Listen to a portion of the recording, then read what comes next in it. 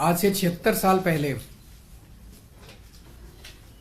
अहिंसा के पुजारी और शांति के पुजारी गांधी जी की हत्या की गई थी आज ही के दिन। और आज 76 साल के बाद आज ही के दिन उन्होंने जनतंत्र की, लोकतंत्र की हत्या की है। एक तरह से लोकतंत्र के लिए आज काला दिन है। जिस तरह से इन्होंने गुंडागर्दी करके, सरेआम बेईमानी करके, और किस्मत से वो उनकी बेईमानी जो है वो वीडियो में कैप्चर हो गई। वो पूरा देश आज सोशल मीडिया के ऊपर और मीडिया के ऊपर देख रहा है कि किस तरह से इन्होंने वोटों की चोरी की है और इन्होंने जबरदस्ती चंडीगढ़ के अंदर अपना मेयर बनाया है। इशू ये नहीं है कि मेयर किसका बनना चाहिए। चुनाव है, चुनाव में हार जीत तो लगी रहती है, कभी वो जीतते हैं कभी हम जीतते हैं। देश नहीं हारना चाहिए, देश जरूरी है। जनतंत्र नहीं हारना चाहिए, जनतंत्र जरूरी है।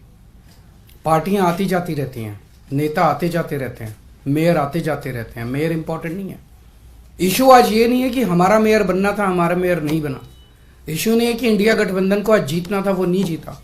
इशू है कि सरेआम दिन दहाड़े इन लोगों ने इतनी गुंडागर्दी और बेईमानी से आज चंडीगढ़ मेयर का चुनाव जीता है कि अगर इसको पूरे देश ने मिलकर नहीं रोका तो आने वाले समय के अंदर ये देश के लिए बहुत खतरनाक है। 2 साल पहले चुनाव हुए थे चंडीगढ़ के म्यूनिसिपैलिटी के। उसके आंकड़े ये हैं कि 13 हमारे काउंसलर हैं, 7 कांग्रेस के हैं, 15 इनके हैं और एक अकाली दल का है जो इनके साथ है, तो 16 इनके हैं। 13 हमारे, 7 कांग्रेस के और 16 इनके, टोटल 36 हैं।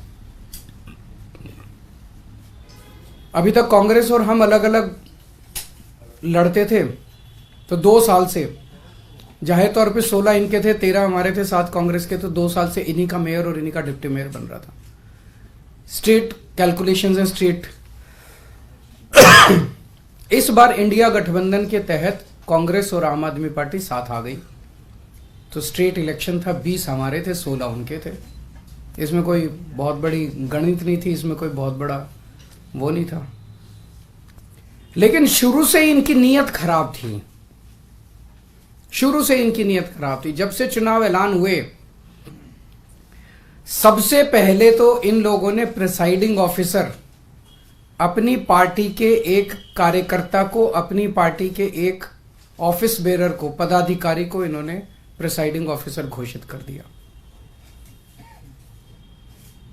उसके बाद जब चुनाव की तारीख तय हुई, 18 जनवरी को चुनाव था, अचानक 18 जनवरी को इनका पदाधिकारी जो था, ये प्रिसाइडिंग ऑफिसर, ये बीमार, बोला मैं बीमार हो गया, अस्पताल में चला गया और चुनाव इंडेफिनेटली टाल दिए गए।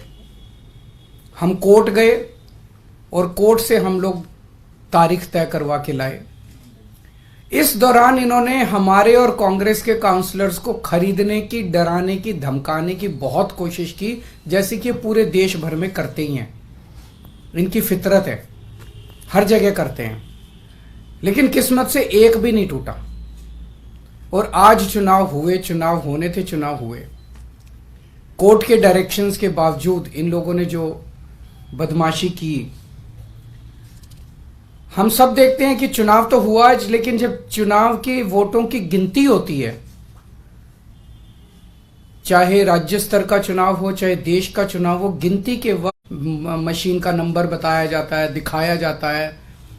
उसके बाद वोट जब उसको टोटल किया जाता है, मशीन का दिखाया जाता है, भाई किस पार्टी को कितने वोट मिले, सब कुछ दिखाया जाता है। और सारी पार्टियों के एजेंट बाकायदा अच्छे से देखते हैं। यहां भी प्रोसीजर ये था, कानून में ये था कि हर पार्टी का एजेंट वहां बैठेगा और पार्टी का एजेंट को, जैसे दिल्ली में भी एमसीडी के चुनाव हुए, एमसीडी के मेयर का चुनाव हुआ, वो भी बैलेट पेपर से होता है, तो वो सारे एजेंट बैठते हैं, एक एक वोट बाकायदा सभी एजेंट्स को दिखाए जाते हैं। अगर किसी एजेंट को कोई आपत्ति करनी हो, भाई ये वोट इनवैलिड है, तो वो सबको दिखाया जाता है। अगर कोई एजेंट कहता है ये वोट इनवैलिड है, सबको दिखाया जाता है, सब उस पर अपने अपने तर्क देते हैं और प्रिसाइडिंग ऑफिसर अपनी उस पर रूलिंग देता है। एक तरह से क्वासी जुडिशियल वो करता है कि उस पर रूलिंग देता है। इन महाशय ने, जो इनके पदाधिकारी बीजेपी के आदमी थे, प्रिसाइडिंग ऑफिसर थे, इन्होंने आज किसी एजेंट को अपने पास नहीं आने दिया। इन्होंने सारे एजेंट्स को दूर धकेल दिया और खुद ही सारी वोट लेके बैठ गए, और बकायदा कैमरे के अंदर दिखाई दे रहा है कि किस तरह से वोट, जो हमारे वोट थे उनके ऊपर वो टिक मार्क करके उसको इनवैलिड, मतलब 2 टिक मार्क लग गए तो ये वोट इनवैलिड हो जाएगा। वो टिक मार्क करके इनवैलिड करते जा रहे हैं और फिर नीचे साइन कर रहे हैं। कुछ वोट पे मात्र साइन कर रहे हैं और कुछ वोट पे एक टिक मार्क और लगा रहे हैं। वो साफ साफ वीडियो में दिखाई दे रहा है। तो 36 वोट पड़ने थे, 36 में 16 इनके थे, 20 हमारे थे, 16 इनके पड़ गए, 16 इनके पक्ष में पड़े। 20 में से 8 वोट जो हमारे थे वो 8 वोट इन्होंने कैंसिल कर दिए, इनवैलिड डिक्लेयर कर दिए। यानी कि 36 में से 8 वोट मतलब 25% वोट इनवैलिड डिक्लेयर कर दिए। ये कौन सा चुनाव हुआ?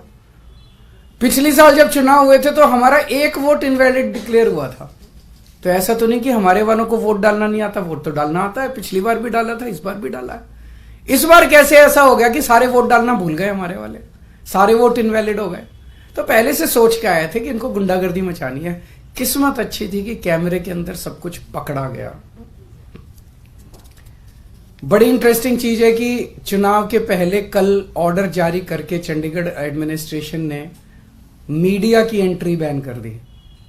तो इसका मतलब नीयत तो शुरू से ही खराब थी, प्लान तो, षड्यंत्र तो पहले से ही बना रखा था इन लोगों ने कि गड़बड़ करनी है। इतने बड़े स्तर के ऊपर चंडीगढ़ के मेयर के चुनाव के लिए आज तक कभी भी इतनी वोट इनवैलिड नहीं डिक्लेयर की गई। 36 में से 8 वोट इनवैलिड मतलब 25% वोट। अगर इनसे 36 वोट काउंट करने में इतनी बड़ी धांधली कर रहे हैं, देश का जब बड़ा चुनाव होगा उसमें तो 90 करोड़ वोट पड़ते हैं, उसमें तो पता नहीं किस लेवल की धांधली करते हैं ये लोग। और 25% क्या, अगर उस चुनाव में तो 5-6% की भी वोट अगर इधर उधर हो जाए तो सब। तो आज का चुनाव ये दिखाता है कि किस तरह से ये जीतने के लिए, सत्ता पाने के लिए किसी भी हद तक जा सकते हैं।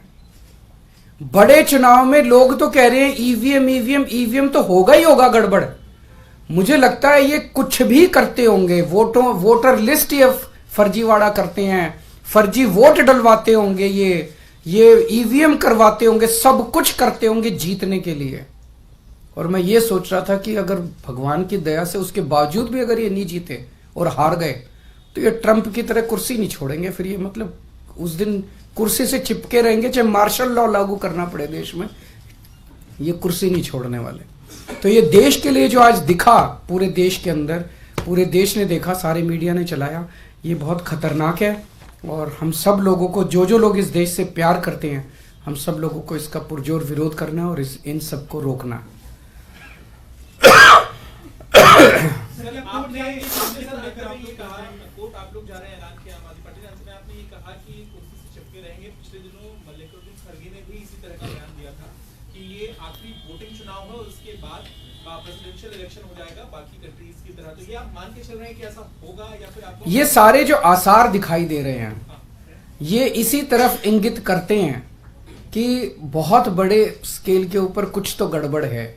अगर एक 10 बाई 10 किलोमीटर का छोटा सा शहर चंडीगढ़, उस चंडीगढ़ के छोटे से शहर के अंदर एक छोटे से मेयर का चुनाव, उसके अंदर अगर ये इस किस्म तक, इस हद तक नहीं गिर सकते हैं तो बड़े चुनाव के लिए तो किसी भी हद तक जा सकते हैं लोग। सर, तो आप इस बात का समर्थन कर रहे हैं कि ईवीएम जो है उसमें भी अब गड़बड़ी करने की सरकार? देखिए, अभी जो कई सारे मैंने देखे हैं वीडियोस, कई सारे, उसके ऊपर एक दिन अलग से चर्चा कर सकते हैं।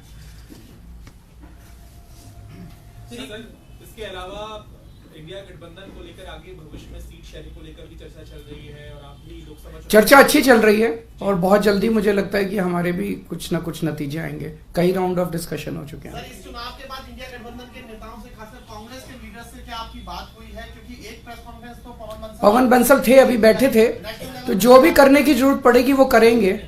आज मेरा मकसद चंडीगढ़ का मेयर इंपॉर्टेंट नहीं है देश के लिए। चंडीगढ़ का मेयर आम आदमी पार्टी का बने, इसका बने, उसका बने, इंपॉर्टेंट नहीं है।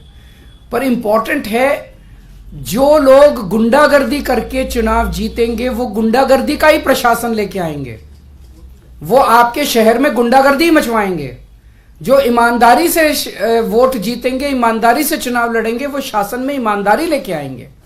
आज इन्होंने जिस तरह से सरेआम गुंडागर्दी, अरे वोट आपके वोट, जो वो अधिकारी है प्रिजाइडिंग ऑफिसर, उसके खिलाफ तो फोर्जरी का, फ्रॉड का, सेडिशन का मुकदमे चलने चाहिए। नॉन बिलेबल ऑफेंस है, उसने फ्रॉड करके सबके वोट बदल दिए उसने। ये कैसे परमिसिबल है? जनतंत्र तो सुप्रीम है, वोट तो एक तरह से बहुत सैक्रोसैंक्ट है किसी का भी वोट। आपने काउंसलर्स के वोट बदल दिए, काउंसलर्स के वोट पे टिक मार्क करते जा रहे हो और साइन करते जा रहे हो, टिक मार्क करते। ये क्या है? सरेआम गुंडागर्दी। ना वोट को मानते, ना किसी प्रोसेस को मानते, ना कानून को मानते, ना संविधान को मानते। सर, बिहार से लेकर झारखंड तक जो ईडी कार्रवाई कर रही है और हेमंत सोरेन हो चाहे तेजस्वी यादव हो, इस पर एक प्रतिक्रिया आप दे दीजिए। आपका कहना है कि ईडी इतने बड़े स्तर पे कार्रवाई क्यों कर रही है? मैं आपसे ही पूछना चाहता हूं कि क्यों कर रही है।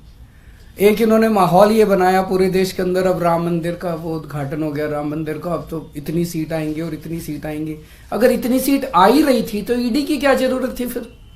फिर ये सब नौटंकी करने की क्या जरूरत थी? इसका मतलब इतनी सीट नहीं आ रही है, इसका मतलब ईडी की भी जरूरत है, फर्जीवाड़े की भी जरूरत है, गुंडागर्दी करने की भी जरूरत है, तब सीट आएंगे इनकी। अगर अपने आप सीट आ रही होती तो क्यों करते ये इतना सारा? क्यों ईडी पीछे भेजते? क्यों नीतीश जी को तोड़ते? क्यों उधर एनसीपी तोड़ते? क्यों शिवसेना तोड़ते? क्यों सबके पीछे ईडी छोड़ते? ये इसलिए कर रहे हैं क्योंकि इनकी सीटें नहीं आ रही हैं। लोग इनसे परेशान हो चुके हैं, लोग फेडअप हो चुके हैं। इंडिया गठबंधन की सीट शेयरिंग ठीक से हो गई तो इंडिया गठबंधन इनको, आज अगर चुनाव ईमानदारी से हो जाता, इंडिया गठबंधन का सीधा सीधा था, 16 वोट इनके थे, 20 हमारे थे, हम इंडिया गठबंधन की पहली जीत होती। लेकिन ये तो इस तरह से गुंडागर्दी करके, बेईमानी करके चुनाव जीत रहे हैं। सीधा सीधा था। आज का चुनाव तो बड़ा सिंपल और स्ट्रेट था। हमारा एक भी आदमी नहीं बिका, 20 वोट थे हमारे, इनके 16 वोट थे। तो आज का चुनाव तो इंडिया गठबंधन जीत ही रहा था। तो फिर गुंडागर्दी करके इन्होंने इसको कर लिया। लगता है चुनाव आयोग का रुख करेंगे आप लोग? हैं जी, चुनाव आयोग का रुख करेंगे इस मामले में, या इस तरह से आप कह रहे हैं, आशंका जता रहे हैं कि ईवीएम को लेकर भी है और बाकी चीजों को लेकर लगता है कि वो एक बहुत अलग, बहुत बड़ा मुद्दा है, किसी दिन बात करेंगे आपसे ईवीएम वाला। एक कंडीशन है, इंडिया ब्लॉक की पिछली बैठक में आप लोगों ने तय किया था कि इलेक्शन कमीशन के पास डेलीगेशन जाएगा और जो वीवीपैट के पर्चियां होती हैं उसको बैलेट पेपर के तौर पर, मेरे ख्याल से इंडिया गठबंधन की तरफ से रिप्रेजेंटेशन भेजा जा चुका है, तो उस पर मुझे उम्मीद नहीं है कि ये लोग कुछ कार्रवाई करेंगे। सर, इस इलेक्शन के लिए जिसको आप कह रहे हैं कि सिर्फ एक चंडीगढ़ का छोटा सा इलेक्शन था, उसके लिए खुद जेपी नड्डा जी ने बधाई दी है और ये कहा है कि प्रधानमंत्री नरेंद्र मोदी की जो लीडरशिप है उसकी वजह से यूटी में जो है इस तरीके का विकास हुआ, जिसकी वजह से आप इंडिया। जेपी नड्डा जी से पूछिए कि 8 वोट इनवैलिड किस बेसिस पे किए उन्होंने। उनसे पूछिए कि क्या उनके पदाधिकारी ने जिस तरह से वोट्स को टेम्पर किया, फोर्जरी की, क्या वो इसको सही मानते हैं? क्या वो इस तरह की प्रैक्टिसेस को, इलेक्टोरल मैल प्रैक्टिसेस को, चुनाव के दौरान इस तरह की बेईमानी को सही मानते हैं? और क्या वो इस तरह से पाई गई जीत को सही मानते हैं? क्या वो इसको अनैतिक नहीं मानते? क्या वो इसको देश के लिए नुकसानदेह नहीं मानते? क्या केवल येन केन प्रकारेण जीतना उनके लिए सब कुछ है? मार के, पीट के, वोट टेम्पर करके, सब कुछ करके बस जीत जाओ किसी भी तरह से। सर, कल जिस तरह से हेमंत सोरेन को लेकर खबरें आ रही थी कि ईडी एक तरह से हंट पे दिख रही थी, लगातार खबरें प्लांट भी हो रही थी और दावा किया जा रहा था कि हेमंत सोरेन गायब हो गए, तो एक मुख्यमंत्री के बारे में जिस तरह से एजेंसियां काम कर रही हैं, आपको लगता है आने वाले समय में कार्रवाई और बढ़ने वाली है इंडिया ब्लॉक के लीडर्स के खिलाफ? मुझे लगता है लोकसभा के पहले जिस तरह से इनका माहौल है, इनको मेजॉरिटी नहीं मिल रही है। इंडिया गठबंधन स्ट्रांग है। आज आप मेरे से निकलवा लीजिए जो कुछ इन्होंने बिहार के अंदर किया। पिछली बार इन्होंने 17 सीट दी थी नीतीश जी को, 17 सीट पे लड़ी थी बीजेपी, 17 की 17। इस बार भी ये 17 सीट दें अगर नीतीश कुमार जी को, 17 की 17 सीटें नीतीश कुमार जी हारेंगे। उन्होंने बिहार की जनता के साथ धोखा किया, तो बीजेपी को इसका नुकसान होने वाला। इस तरह की हरकतें ये देश पसंद नहीं करता।